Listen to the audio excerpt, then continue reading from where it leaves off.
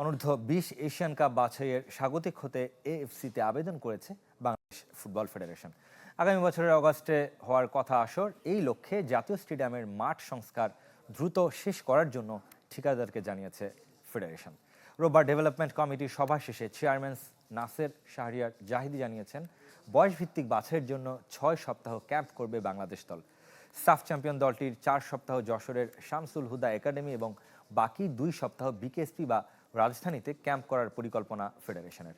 এছাড়া গ্রাসরুট ফুটবলে আরও এক ধাপ এগিয়ে এএফসির সিলভার সদস্যপদ পেয়েছে বাফুফে।